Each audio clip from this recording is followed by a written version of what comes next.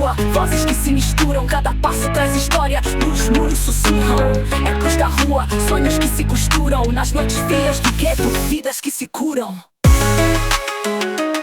Aí, chegando na grande onda, porque isso aqui não é ondinha não, isso é grande onda, sabe, da internet, o Pop Rua.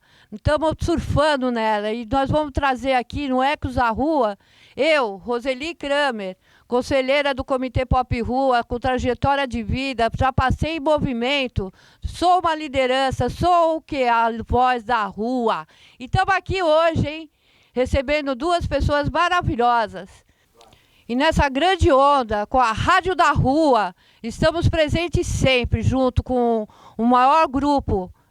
Então eu aproveito aqui hoje, que é um dia muito importante, né, para a rua.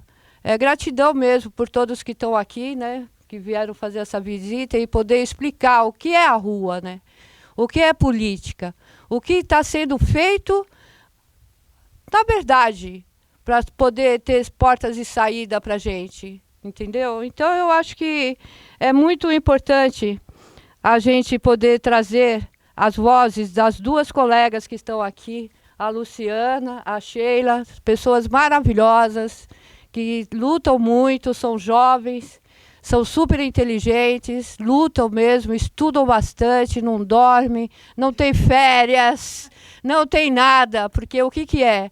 Eles são o quê? Empáticos com nós, solidários, verdadeiros. E quando eles falam, ó, vai dar ou eu dou um jeito, eles fazem isso mesmo. Estamos aqui ocupando todos os espaços do governo. Nós, população de rua, que eu, quando cheguei aqui na fila do pão, perguntava, quem é essa hippie aí na fila do pão, meu? Que quer falar sobre arte e cultura, sobre a população em situação de rua. Então eu trago hoje, né, muito obrigada por elas fazerem parte também do CEUP Rua, né, que são do Fórum, que são várias organizações, várias pessoas, várias cabeças, várias pessoas integradas mesmo na luta pela população de rua em todos os escalões, né, que fazem parte do Fórum e fazem parte do CEUP Rua em Brasília, que é o novo comitê federal, né, porque é o que manda, né, vem de cima, né. Então é feito esse comitê com os direitos humanos para ter saídas, né, objetivos, leis que cumpram, né, tanto na zeladoria aqui que a gente convive e tudo, mas eu não vou me ficar falando 2 horas não. Obrigada por vocês duas estarem aqui, pô, sem palavras, né, vocês são meus amores mesmo, minha inspiração. Porque muitas vezes eu estou pensando em desistir, tirar férias e pegar uma BR. Aí eu penso, não, ir para outro estado, outro país. Eu falo, não, tem muita gente aqui na rua, né? E tem essas pessoas maravilhosas que estão aí lutando pela gente e fazendo a gente ocupar esses espaços. Obrigada, viu? Gratidão pelo nome da Pop Rua, que eu acredito que eu falo por todos que não estão aqui. Aí Sheila, obrigada. Fala um pouco aí de você. Bom, agradeço o convite, né, para estar aqui hoje com você. É um imenso prazer estar aqui representando o Fórum, falando um pouco do nosso trabalho. E aí, para começar, eu vou me apresentar. Eu sou Sheila, sou formada em serviço social, trabalho no Centro Gaspar Garcia e estou na luta social desde que me entendo por gente. Assim, comecei a refletir um pouco mais, né? Crescendo na periferia, sendo mulher negra nesse país, não tem como a gente estar distante de pelo menos ser provocada pelas questões sociais que sempre nos atravessam, né? Então, desde que na busca pelo ensino médio em outro território, nasci em São Miguel Paulista, num bairro do Jardim Helena bem distante. Então, fui tentando estudar, fui tentando trilhar outros caminhos diferentes da realidade ali do meu território. Fiz serviço social, muito impactada por um incidente familiar, onde eu tive a morte de uma criança na minha família, assim, né, aquelas balas achadas que atravessam as periferias da cidade. E, desde então, eu venho atuando com com segmentos muito específicos. Eu trabalhei com pessoas que estavam no sistema prisional, trabalhei com com pessoas em situação de rua e atuo até hoje dentro do Gaspar com pessoas em situação de rua e catadores. E aí o Gaspar compõe o fórum, né? É uma das organizações que compõe o fórum, e eu estou com a Luciana como suplente no Comitê Pop Rua. Ciamp Rua! Ciamp Rua! Vai lá, Luciana. Gratidão. Também é uma honra estar aqui nesse projeto com a Roseli, com quem eu tanto admiro. Bom, vou contar também muito brevemente, né? Eu sou nascida e criada em Jundiaí, uma cidade aqui do interior de São Paulo. Me mudei para São Paulo para estudar, sou de uma família de classe trabalhadora também. Fazer faculdade era um sonho, fiz com muitas dificuldades, né? E sou formada em Direito, né? Entrei na faculdade de Direito pensando com aquela ideia, né, de que o direito é uma forma de justiça social, só que no decorrer da faculdade eu fui ficando decepcionada, porque eu vi o quanto era um curso elitizado. Durante a faculdade eu pensei em abandonar até em alguns momentos, porque eu não me sentia pertencente àquele espaço. Mas acho que teve a felicidade de eu ter tido a oportunidade de fazer estágio na Defensoria Pública, que é uma instituição que, como toda instituição, tem seus problemas, né? Mas é uma das poucas instituições mais próximas, de fato, da realidade brasileira, né? E lá foi lá que eu também fui trilhando o meu caminho próximo à rua, né? Nunca imaginei trabalhar com o pessoal de rua, mas foi onde me toquei e eu me senti mais chamada a trabalhar. E foi lá que daí, por conta que me inspirou a fazer tanto o meu mestrado e doutorado, que também foram na área de direitos humanos, né, falando sobre acesso à justiça para a população em situação de rua. Então, por uma feliz coincidência do destino, eu acho que eu estava no local certo, na hora certa, em que eu estava como advogada voluntária da Defensoria Pública da União, quando começou o atendimento lá da população em situação de rua no Chá do Padre. Isso no ano de 2011, 2014, mais ou menos, né? E de lá para cá não saí mais, né? Era um atendimento ainda muito precarizado, mas era o primeiro atendimento que tinha e que era de fato oferecido para a população em situação de rua. Aí a gente vê essa carência da importância de uma orientação jurídica, de uma perspectiva de educação em direitos, daquelas pessoas que têm os seus direitos mais violados, né? A busca de uma justiça rápida. E aí fui me envolvendo nos movimentos, acompanhando os movimentos sociais, né? Aí me aproximei muito do Fórum da cidade de São Paulo, né? Eu não represento nenhuma das associações que compõem o Fórum, mas sou independente, né? Uma pesquisadora independente que acompanha, né? Porque o Fórum é essa coalizão de pessoas também, né? E muito honrada, né? Porque o Fórum é esse espaço aí que existe desde a década de 90, em que também é uma coalizão independente, né? Não vinculada ao governo, com a ideia de acompanhar a efetivação das políticas públicas para a população em situação de rua, né? E aí, então, nós fomos muito honradas, né, que o Fórum, então, não tem uma gestão centralizada, hierarquizada, né, a gente se organiza de uma forma muito democrática e orgânica, e o Fórum se candidatou para compor o Ciamp Rua, né, que é esse comitê ligado ao governo federal, para monitoramento e acompanhamento da política nacional, né? E aí nós somos as representantes, então, do Fórum na tentativa de acompanhar e pensar daí na estrutura do Brasil todo, né? Porque a questão da população de rua não se concentra, apesar da concentração maior ser aqui na cidade de São Paulo, né? Ela é uma questão não só do Brasil, mas da América Latina e do mundo todo, né? Resultado desse capitalismo e esse neoliberalismo, né? De precarização das relações de trabalho, da especulação imobiliária, né? Então, é claro que é sempre um problema complexo, mas a gente pode falar um pouquinho mais. Mas, brevemente, então, essa é a trajetória e por isso que eu estou aqui com vocês. Muito obrigada. E é uma potência, né? A gente poder ter a liberdade de lutar por aquilo que a gente acredita, independente de partidos e tudo, né? É uma coisa maior, é uma luta maior, né? Pelo próximo mesmo.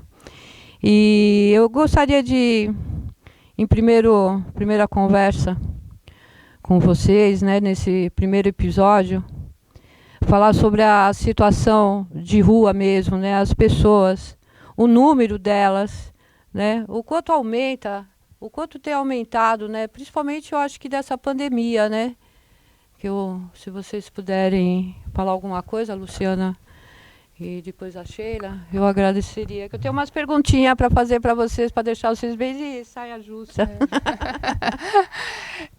Bom, eu vou começar, a Sheila vai me complementando. Bom, primeiro que a gente nunca tem os dados efetivos, né? Quando a gente fala sempre de dados e informações da população de rua, sempre são números e informações que são difíceis, porque sequer a população em situação de rua é incluída no censo oficial. Eu acho que é importante a gente sempre bater nessa tecla, porque é um percurso que a gente tem feito, é uma luta, então isso é importante.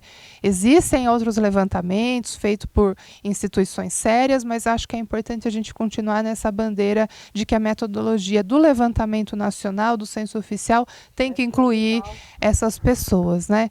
Então, em termos do Brasil, hoje a gente está aí, então, pelos dados, CAD único, né? O Polos da Cidadania, FMG, né? Levanta aí, talvez no Brasil, aí, em torno de 200, 300 mil pessoas em situação de rua, é muita gente, né?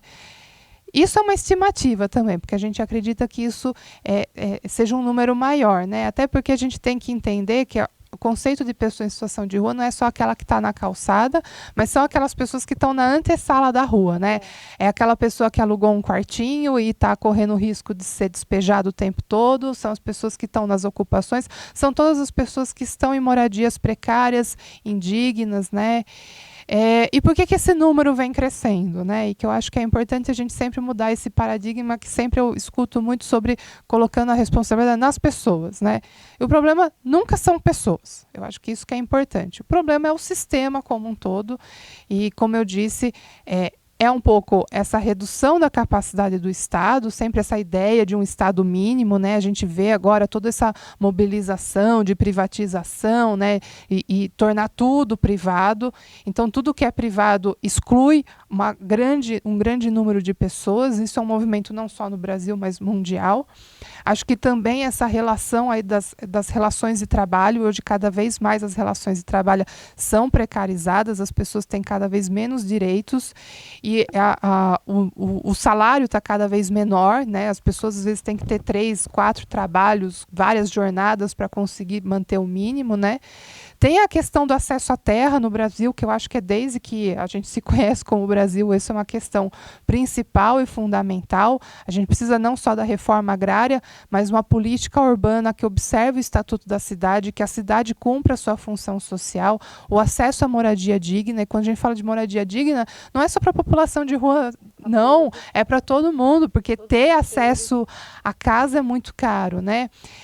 E essa estrutura capitalista geral, neoliberal, que movimentam as relações e que eu acho que está cada vez mais menos direitos, né? A desigualdade social, você vê o número dos bilionários, os ricos mais ricos e os pobres cada vez mais pobres, né?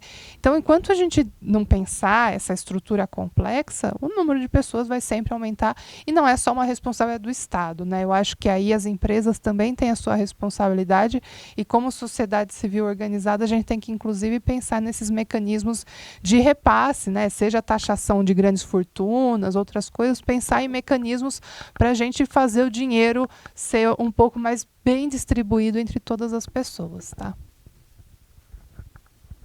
E aí, só complementando um pouco a Luciana, acho que uma coisa importante de olhar para esse número de pessoas em situação de rua, né, é a gente pensar que a gente sabe que esses dados não representam a realidade, mas a gente pensar que dos dados que a gente tem, 70% são de pessoas negras, né? Então a gente está falando de Brasil, num país onde as pessoas negras foram sempre deixadas à margem da sociedade, né?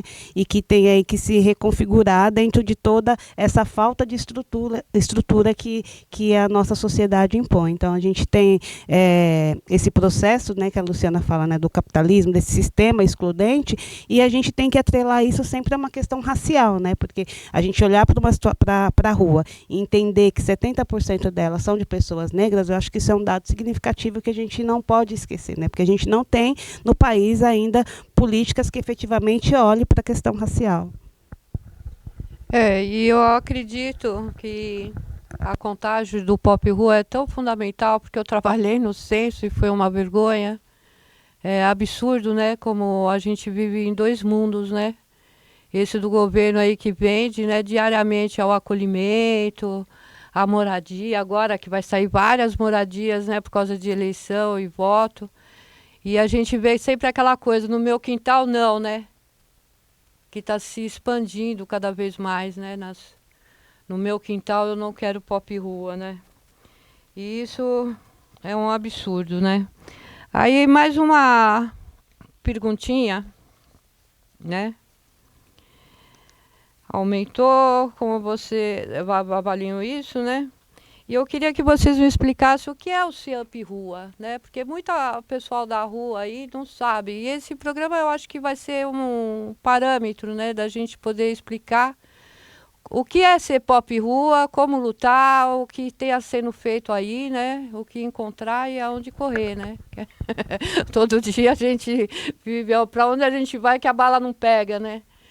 Por favor.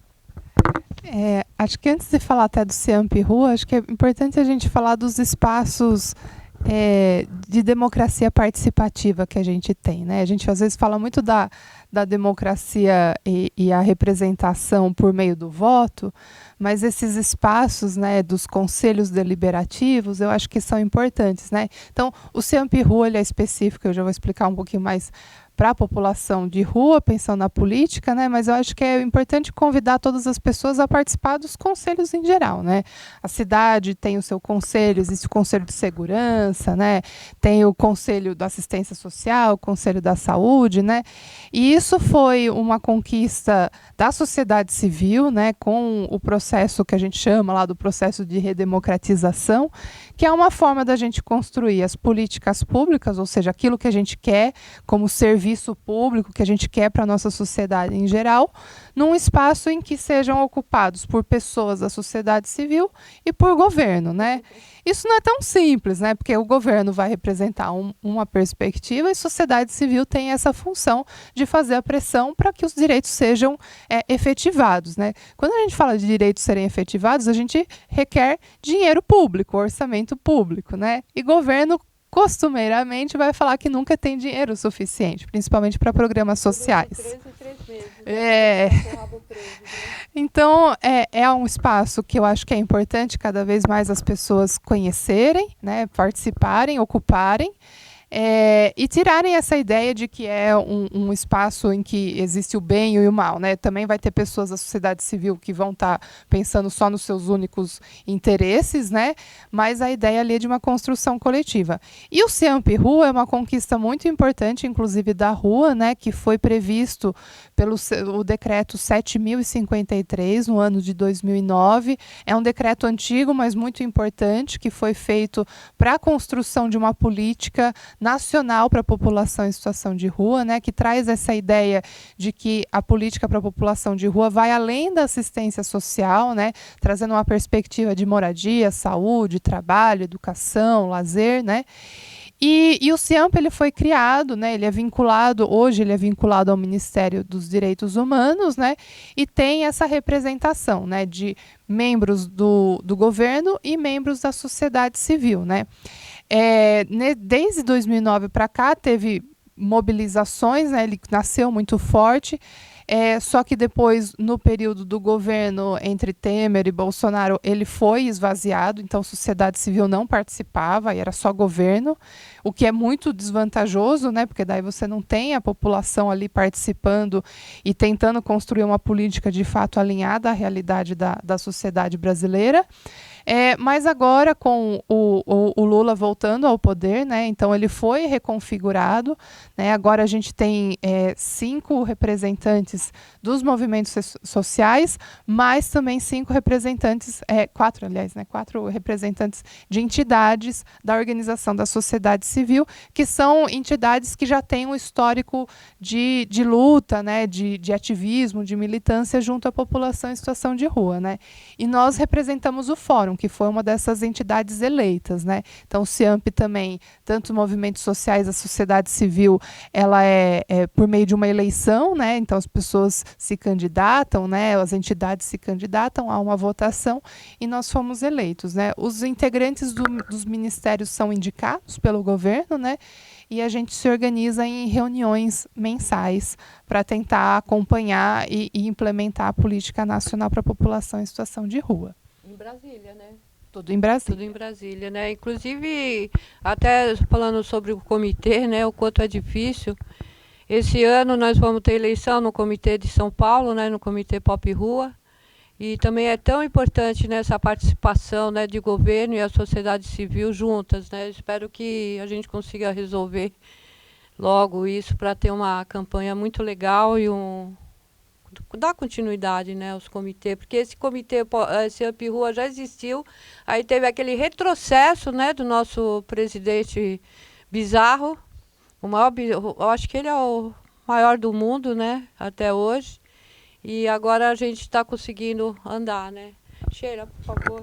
Não, eu acho que isso que você fala, Roseli, é importante, porque assim, tem uma luta, né, para conseguir que tenha os comitês municipais, né, e a gente sabe que não é todos os municípios que aderiram à política da Pop Rua, que tem o comitê funcionando, né, e isso é fundamental para que a gente consiga, no mínimo, construir e dialogar, né. Acho que essa é uma questão bastante importante que você fala. E, por exemplo, diferente, eu acho que do comitê municipal, no comitê nacional a gente vai ter a organização do comitê, ela é também pela sociedade civil, né? Então a representação, um período é do governo e o outro período é da sociedade civil.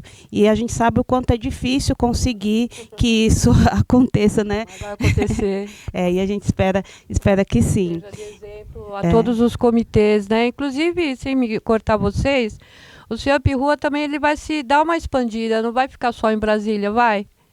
Vai correr, eu acho que o Brasil todo, assim, de montar, né, seus comitês de CIAMP Rua. A Luciana tinha falado das nossas reuniões mensais, então a gente tem uma reunião ordinária mensal que com um calendário, né, que tem reuniões que acontecem em Brasília e tem reuniões que a gente vai em alguns territórios, né? Então a gente vai ver, a reunião ordinária acontece num território onde a gente vai ver como está aquela realidade, se já teve a implantação da política, e aí a reunião passada foi em Florianópolis, né?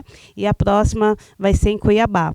Né? A gente teve uma em Brasília e a próxima vai ser em Cuiabá. Então, a gente tem uma previsão de percorrer aí algumas regiões para estar monitorando a política. E, fora isso, a nossa organização também se dá por comissões e grupos de trabalho, né? Então, fora essas reuniões mensais, a gente está o tempo inteiro se organizando em comissões e grupos de trabalho, onde a gente vai ali tentando fazer o monitoramento da política e tocar as pautas principais, né? E, eventualmente, quando necessário, a gente faz as reuniões extraordinárias também. E pelo que eu tenho acompanhado também o CIAMP Rua e tudo, é muito legal os GTs, né? Que eu acho que é bem... Porque não dá para a gente falar de uma pauta sem acrescentar todas, né? Ainda mais nesse período de tantas... como se fala? Em abusos, né? Aos nossos direitos fundamentais, né? De vida.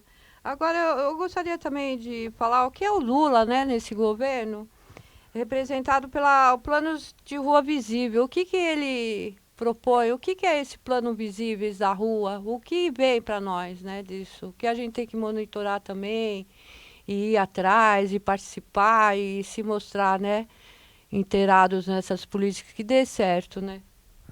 Bom, tem uma parte do plano, né, que ele surge em função de uma decisão, né, de uma DPF, né, que eu vou deixar a Luciana falar um pouco mais dessa parte jurídica, que é a DPF 976 da Pop Rua, em que teve uma determinação que foi bastante importante para a população em situação de rua, porque ali se avaliou o estado de coisas inconstitucionais, que é, na verdade, a situação de rua, né? Se a gente for pensar, a situação de rua é um estado de coisas inconstitucionais, onde o ministro Alexandre de Moraes, ele proferiu uma decisão que foi extremamente importante, dando um prazo de 90 dias, né, para a gente construir um plano aí de ação para olhar essas questões da Pop Rua.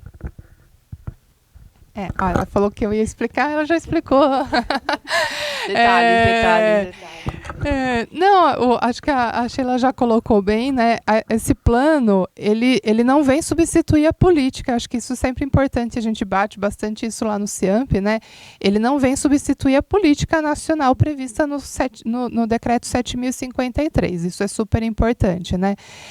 Mas o plano Ruas Visíveis é essa resposta imediata que o governo, né? Governo federal deu a essa decisão, né? Até porque não estava previsto se ia ter, porque um ministro do STF, né, ou qualquer juiz também, quando decide uma liminar e fala cumpra-se, pode colocar um prazo e pode colocar inclusive multa, né? No caso da decisão do ministro Alexandre de Moraes não havia multa, né? Mas colocou que era importante estados, municípios e governo federal se manifestar, né? E aí na decisão tinha assim, governo federal, dentro das suas competências, se manifesta em relação a isso, né? E aí então foi um plano, ele é muito importante, mas ele foi feito também nesse prazo apertado, né? Então é importante a gente ver que ele trouxe algumas respostas, mas não é um plano completo, né? Ele tem aí, que ele fala 7 eixos de atuação, né? Tem uma previsão orçamentária significativa, né? Mas a nossa função é, inclusive, agora verificar, assim, como esse plano vai se dar na prática, né? Como que vai ser tudo que tem que ser aperfeiçoado, que tem alguns eixos que nós consideramos prioritários, como a questão da moradia, né? E que ela tem que ser como o carro-chefe da política como um todo, né? Que a questão envolvendo assistência também é importante, enfim. Então, agora, a nossa função, até por isso que nós, lá no CIAMP, como é um plano muito complexo, a gente se organizou em grupos de trabalho, em comissões, que agora cada comissão pegou um pedacinho desse plano, né, e junto aos ministérios também, porque é governo que vai ter que dar as respostas para que isso seja implementado, né. O que a gente tem acompanhado na prática é que a maior parte desse plano está se estruturando por meio de editais, né, então abre-se edital para daí contratar empresas, né, ou fazer parcerias com governos locais, projetos, né, que ainda é incipiente, né, porque, como a gente falou, é uma questão assim, extremamente complexa que passa por diversas áreas, né? Mas acho que é um bom começo e a gente precisa até reconhecer, até porque a maior parte dos municípios e estados que também deveriam responder a essa decisão do Alexandre de Moraes não responderam, inclusive a cidade de São Paulo, que é a cidade com a maior concentração em população de rua, não deu nenhuma justificativa sobre o que tinha que fazer em relação ao plano, em especial nas ações de zeladoria, né, que é o ponto, talvez, um dos mais sensíveis aqui e críticos da cidade de São Paulo, que a gente sabe da violência que existe na execução de um serviço de limpeza pública e que afeta a população em situação de rua, né? Então, existem muitas críticas e eu acho que é esse o nosso papel de sociedade civil, de apontar o que precisa ser aperfeiçoado num plano, mas minimamente o governo se colocou à disposição ali de pensar uma forma de dar um pontapé inicial, tá? Então, isso acho que é importante a gente considerar e também cobrar, né, que os estados e os municípios sigam a mesma linha, né, e apresentem as propostas do que eles deveriam fazer para evitar essa condição que vai ficando cada vez mais grave, né, evitar, tanto é que o Alexandre de Moraes ele colocou isso, né, era importante considerar meios de se evitar que as pessoas cheguem à situação de rua, meios para que a vida nas ruas seja minimamente mais dignas e humanas, né? Não é que é perfeito, mas o que a gente fala é, por exemplo, acesso à água, acesso ao bebedouro, a questão da zeladoria não ser truculenta, acesso ao direito à posse. Hoje para a rua, né? Exatamente. E a terceira parte que o Alexandre de Moraes tinha colocado era que governos indicassem efetiva saída das ruas, né? Que a gente não vê outro caminho que não seja a moradia, né? Que é esse o nosso principal papel aqui, de sempre lembrar que a moradia tem que ser o eixo condutor de toda a política e estruturante no tocante à política para a população em situação de rua. E aonde vocês veem que poderia ser mais investido, mais financeiro, onde que eu acho que pega mesmo, além da moradia, né? Com a moradia mesmo, porque é bem bizarro, né? Aquele que não tem zero, não tem nada, ele é o mais fragilizado a ter acesso a ter uma moradia, né? E a gente é submetido a lugares que, dá medo qualquer pessoa de passar uma noite, né? Imagina viver, né? Eu acho que a gente tem uma questão que ela é complexa, né? Porque a gente tem a certeza de que moradia, né? Moradia é a prioridade. Ela tem que ser central para o atendimento da Pop Rua. Mas ela tem que ser articulada, né? A moradia articulada com outras propostas. Então, além do plano Ruas Visíveis, a gente teve, em janeiro, a aprovação da Lei de Trabalho Digno para a População em Situação de Rua, que é extremamente importante, né? A gente tem a lei, mas a gente ainda não tem um decreto que institui a Lei de Trabalho Digno. Então, olhar condições, né, de inserir a população em situação de rua no trabalho, né, na geração de renda, tendo incubadoras sociais, pensando na construção, né, que prevê na lei de um CAT-Rua, de cooperativas, enfim, criar toda uma estrutura de qualificação profissional e elevação de escolaridade. A lei prevê diversos eixos que são extremamente importantes. E eu acho que uma das questões centrais, né, quando a gente está falando de estado de coisas inconstitucionais, é que muitas vezes a gente fala da população de rua como invisível, mas a gente está falando de um estado de desumanização, né? Então, quando a gente vai pensar hoje, né,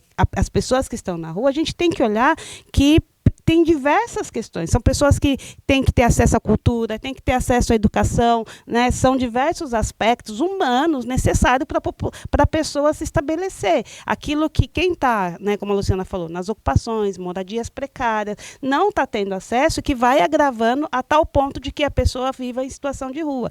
E a gente não está falando de uma população que não tem nenhum acesso à renda. A gente está falando de uma classe trabalhadora, a gente está falando de pessoas que fazem coisas para gerar renda, mas que essa renda hoje ela é insuficiente para viver, por exemplo, numa cidade como a cidade de São Paulo, que é extremamente cara, né? Se você vai morar em qualquer canto dessa cidade, você sabe que você vai ter um gasto com aluguel, você vai ter um gasto de deslocamento, se você mora no extremo, se você mora na região central, você vai ter um custo diferente do metro quadrado de terra para morar naquela região, né? Então você vai ter ali, às vezes, pessoas que vão estar morando num quarto de cortiço e que vai estar pagando cerca de R$ 900 de aluguel, né? Então, a gente pensar nessa complexidade de situações e pensar um plano para atender essas diversas demandas, né, que a gente foi ali encontrando, tem na nossa sociedade, é bastante difícil. Então, a gente se organiza, né, para tentar minimamente dar conta de algumas coisas por esses grupos de trabalho. Eu, por exemplo, estou no grupo de trabalho e renda, né, no GT de Trabalho e Renda,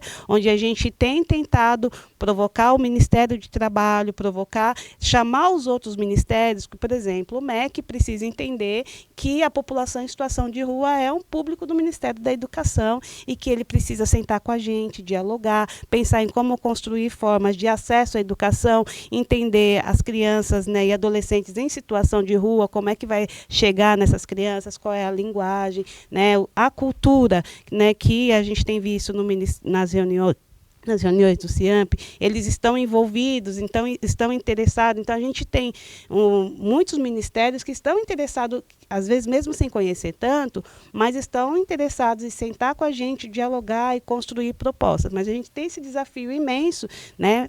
Eu vejo assim também dentro do CIAMP, que hoje olhar para a política e ter esse trabalho lá dentro tem diversos atravessamentos, porque é o decreto 7.053, é a Política Nacional de Trabalho e Renda, né? A gente teve agora o decreto da moradia. Então, a gente tem diversos elementos ali jurídicos, né? Diversas leis que a gente precisa entender como é que a gente vai implementar isso na realidade tão diversa desse Brasil, né?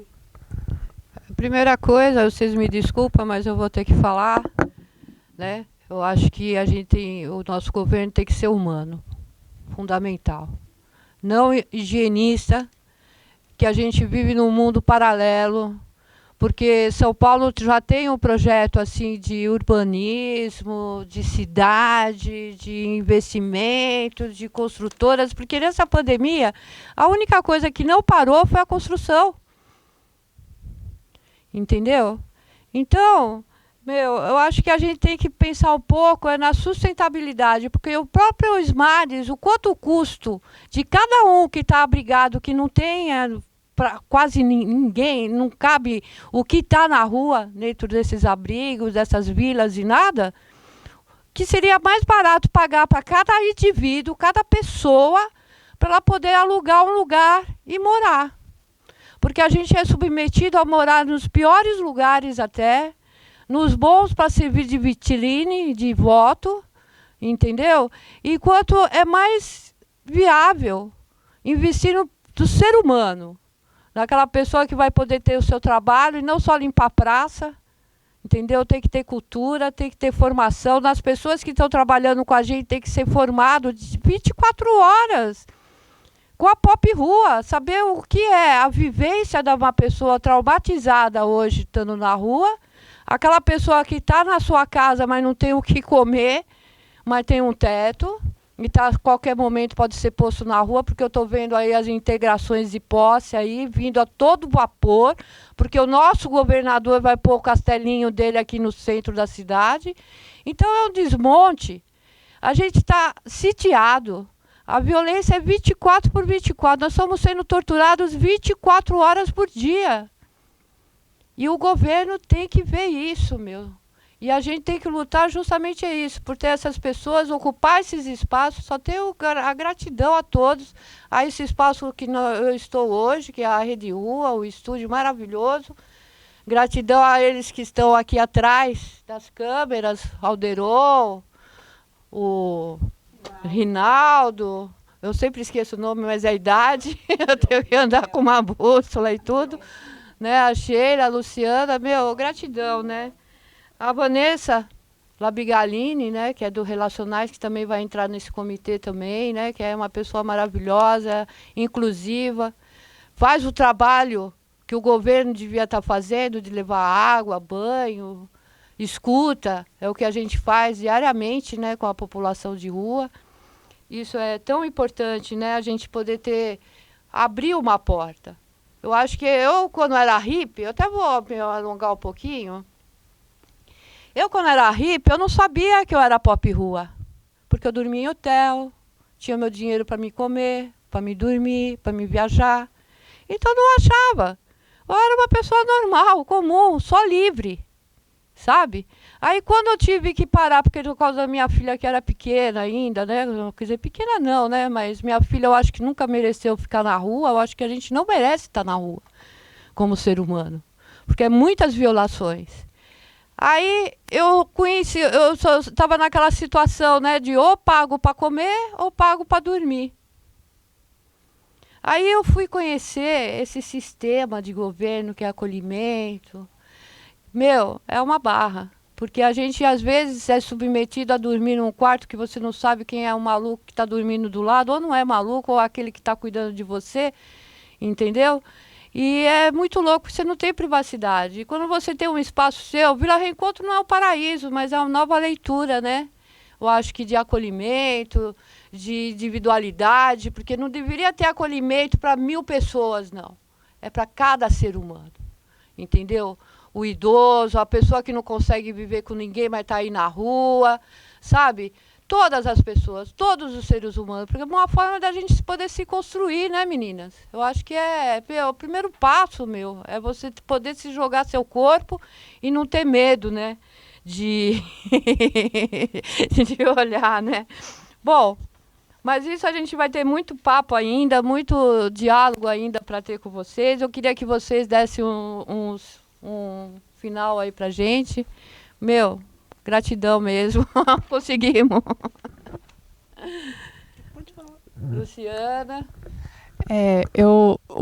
O cenário total que a gente tem é um cenário que eu sei que quem está na luta às vezes desanima. Então, acho que 2 palavras que eu acho que são importantes é: a gente tem que se organizar coletivamente, porque sozinho ninguém consegue, né? E nessa estrutura a gente sempre está valorizando o individual sozinho não é nada.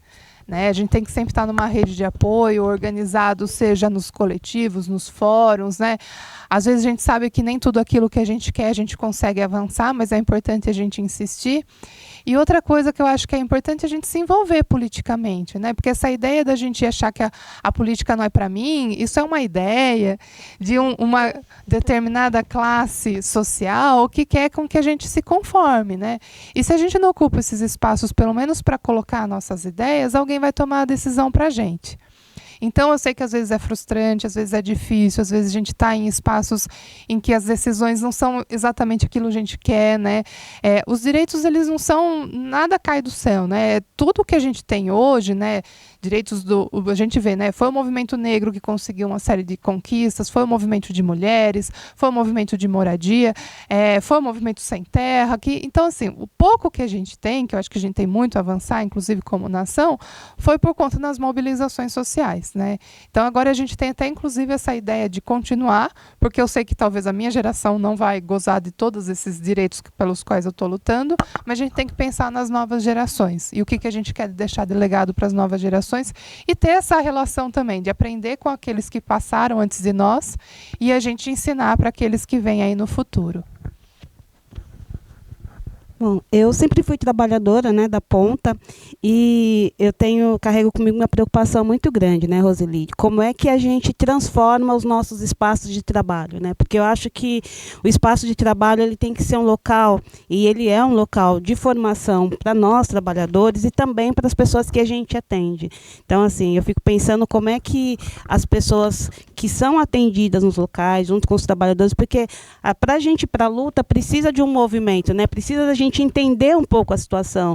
Não dá para as pessoas continuarem pensando que elas estão em situação de rua, como diz as pesquisas, o Censo de São Paulo, se a gente pegar, porque ela tem um conflito familiar, né? A gente vê que a pessoa ela entra no serviço com essa ideia, ela entra se culpando individualmente por uma responsabilidade que é maior. Então, a minha mensagem, né, o que eu fico pensando aqui em termos de final de reflexão do que seria o meu desejo, é que a gente pudesse conseguir ampliar espaços, né, de formação de diversas maneiras, levar cultura para os territórios, poder sentar, conversar com as pessoas, para a gente levar essas informações de diversas formas que a gente tem obtido nos espaços que a gente está de luta e de participação, mas a gente também levar para a calçada, levar para a rua, para que as pessoas tenham acesso e elas consigam enxergar a realidade delas e conseguir também vir para a luta com a gente, né? Porque eu sinto, toda vez que eu vou para um atendimento, que as pessoas estão muito cansadas, né? Estão muito desiludidas, sem acreditar, e como é que a gente modifica isso, né? Que as pessoas precisam de esperança para viver também, né? Essa falta de esperança que está, às vezes, no trabalhador que está ali trabalhando cansado, ganhando o mínimo, a pessoa sendo mal atendida nos espaços que foram construídos para ela de convivência, um espaço de convivência que promove mais isolamento do que qualquer outra coisa. Então, eu acho que a gente tem inúmeros desafios, mas eu acho que a gente tem possibilidades, né, dos lugares que a gente está e como é que a gente vai tentando fazer isso para a gente conseguir participar, transformar politicamente. Obrigada, meu. Sem palavras. Aí, encerrando, né? Nosso primeiro episódio. E fique atento que logo vai sair o novo. Vamos ver quem é que a gente vai trazer. Eu acho que vai ser surpresa também, vai ser potente também. E gratidão mesmo, porque vocês são um exemplo pra gente, meu. Obrigada mesmo. Dá um abraço.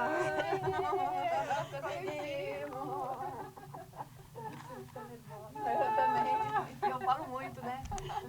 Já quero falar outra coisa.